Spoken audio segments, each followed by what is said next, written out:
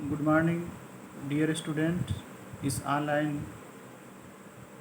Class के माध्यम से डीएलएड द्वितीय सेमेस्टर के प्रशिक्षुओं का मैं स्वागत करता हूं।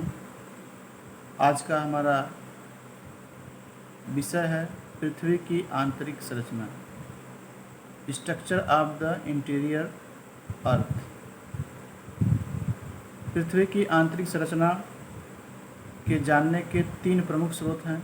पहला अप्राकृतिक स्रोत, जिसके अंतर्गत घनत्व, दबाव एवं तापमान को सम्मिलित किया जाता है। दूसरा जो स्रोत है वह है पृथ्वी की उत्पत्ति से संबंधित सिद्धांतों के स्रोत, और तीसरा है अप्राकृतिक स्रोत। प्राकृतिक स्रोत के अंतर्गत ज्वालामुखी उद्गार एवं भूकंप को सम्मिलित किया जाता है। अप्राकृतिक स्रोत के अंतर्गत तापमान, दबाव एवं घनत्व को सम्मिलित किया जाता है। जैसे जैसे हम पृथ्वी के बाहरी सतह से अंदर जाते हैं तो क्रमशः उसका दबाव बढ़ता जाता है, या उसका डेंसिटी या जिसको घनत्व कहते हैं बढ़ता जाता है। जैसे पृथ्वी के सबसे बाहर का जो घनत्व होता है वो 2.9 होता है, और अंदर जाने पर इसका घनत्व 13.6 होता है। ऐसे ही आप जैसे जैसे पृथ्वी की सतह से अंदर जाएंगे तापमान भी क्रमशः बढ़ता जाता है। पृथ्वी की उत्पत्ति के संबंधित सिद्धांतों के जो स्रोत हैं उसमें विभिन्न सिद्धांत विद्वानों द्वारा दिए गए हैं। जैसे इमैनुअल कांट का वायव्य राशि परिकल्पना, जेम्स जीन एवं जेफ्रीज का ज्वारीय परिकल्पना, मोल्टन का ग्रहाणु परिकल्पना। इन परिकल्पनाओं के माध्यम से विद्वानों ने पृथ्वी को गैसीय बताया, कुछ लोगों ने इसको द्रव अवस्था वाली बताया, तो कुछ लोगों ने इसको ठोस बताया। अंततः यह माना गया कि पृथ्वी की आंतरिक संरचना या तो द्रव में होगा या तो ठोस में होगा। जो तीसरा स्रोत है प्राकृतिक स्रोत, उसके अंतर्गत ज्वालामुखी उद्गार और भूकंपीय तरंगे हैं। तो जिन क्षेत्रों में ज्वालामुखी उद्गार होता है तो उससे पृथ्वी की आंतरिक चीज़ें धरातल के पटल पे आती हैं। तो उन चीज़ों का अध्ययन करके हम पृथ्वी की आंतरिक संरचना को जान सकते हैं या जानने का प्रयास किया जाता है। पृथ्वी की आंतरिक संरचना को जानने का जो सबसे अच्छा तरीका माना जाता है वह है भूकंपीय तरंगे।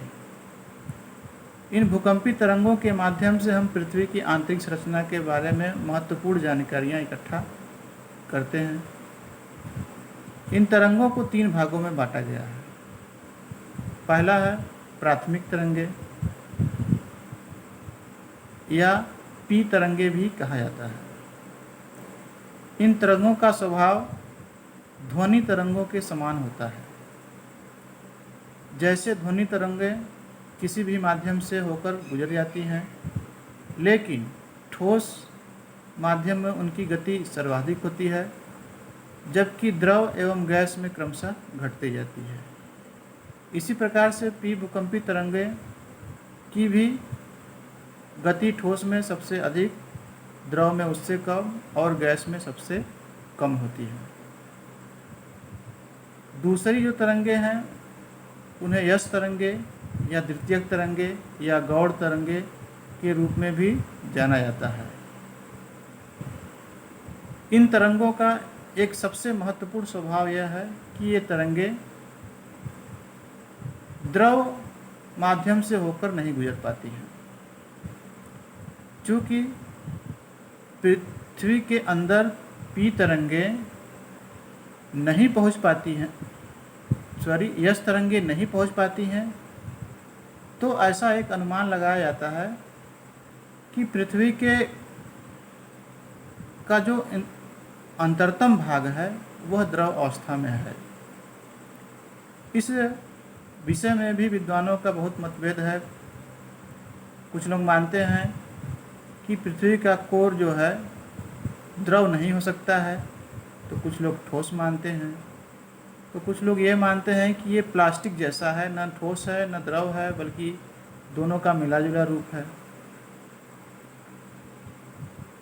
तीसरी जो तरंगे हैं वो यल तरंगे हैं, और इन्हें धरातली तरंगे भी कहा जाता है और लव तरंगों के नाम से भी जाना जाता है। चूँकि ये तरंगे धरातल को ही प्रभावित करती हैं, इसलिए इनसे बहुत अधिक क्षति होती है। तो ये कुछ स्रोत हैं जिनसे हम पृथ्वी की आंतरिक संरचना के विषय में जानकारी प्राप्त करते हैं। अब आते हैं पृथ्वी की आंतरिक संरचना में कौन कौन परतें हैं। एक विद्वान है श्वेस महोदय, उनके अनुसार पृथ्वी की आंतरिक संरचना में कुल 3 परतें हैं। एक सियाल है, दूसरा सीमा है और तीसरा नीफे है। सबसे ऊपरी जो परत है उसको क्रस्ट कहा जाता है या भूपर्पटी भी कहा जाता है। जो जिस पे हम लोग निवास करते हैं, रहते हैं, वो भूपर्पटी कहलाता है। ठीक उसके नीचे जो परत है उसको सियाल कहते हैं। सियाल SIAL, इस संक्षिप्त नाम में ही इस परत का जो कंपोजिशन है वो है। जैसे सियाल सिलिका और एल्युमिनियम, यह परत सिलिका और एल्युमिनियम से मिलकर बना है। दूसरी जो परत है सियाल के नीचे है, इसको सीमा कहा जाता है। SIMA, मतलब सिलिका और मैग्नीशियम, अर्थात यह परत सिलिका और मैग्नीशियम से मिलकर बना हुआ है। और इसी परत में यह माना जाता है कि जो ये परत है, इसका निचला वाला जो भाग है वो द्रवित अवस्था में है। तीसरा और जो अंतिम परत है उसको नीफे कहते हैं, संक्षिप्त रूप से नीफे कहते हैं। और नीफे NIFE, अर्थात निकिल और फेरस। और यह माना जाता है कि इसकी उत्पत्ति जो है लोहा और निकिल के मिलने से बना है। और यह क्या है, एक तरह से चुंबक का काम करता है। पृथ्वी का जो अंतरतम कोर है वह चुंबकीय है। फिर उसको अन्य विद्वानों ने उन परतों का भी सब डिवीजन किया है। जैसे सबसे पृथ्वी का जो अंतरतम भाग है वो कोर कहलाता है। जो उसके बाहर वाला भाग है वह आउटर कोर, और जो सबसे अंदर वाला है वो इनर कोर कहलाता है। ठीक उसके ऊपर आएंगे तो मेंटल है। मेंटल का भी 2 डिवीजन किया गया है, एक लोअर मेंटल और एक अपर मेंटल। और उसके ऊपर जब आएंगे अपर मेंटल के, तो सबसे ऊपर धरातल का जो भाग है वो क्रस्ट कहलाता है। अगर इनकी गहराई को देखा जाए तो 0 से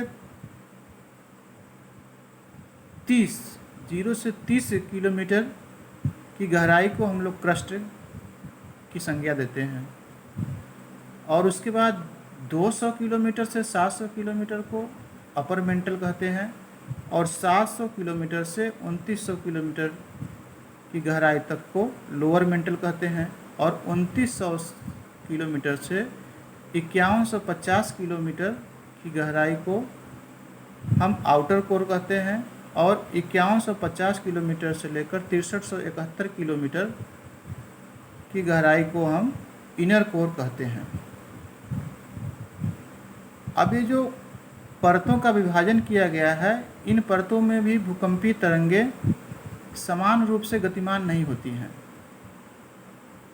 कहीं कहीं दो परतों के बीच में असंबद्धता पाई जाती है, अर्थात उनकी गति जो है डाइवर्ट हो जाती है, एक समान नहीं रहती है। जैसे क्रस्ट और मेंटल के बीच में मोहो संबद्धता पाया जाता है, ऐसे ही इनर कोर और आउटर कोर के बीच में कोनार्ड असंबद्धता पाई जाती है, जबकि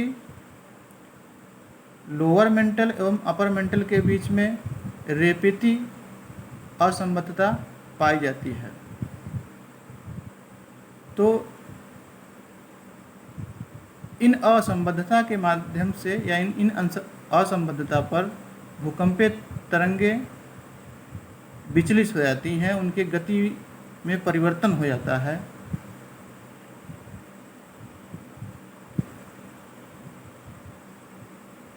तो ये कुछ संक्षिप्त जानकारी था पृथ्वी की आंतरिक संरचना के संबंध में। मैं आशा करता हूँ कि आप लोग पृथ्वी की आंतरिक संरचना के जानने के कौन कौन स्रोत हैं और पृथ्वी की अंदर कितनी परतें हैं, इन सब के बारे में जानकारी प्राप्त किए हैं। Thank you.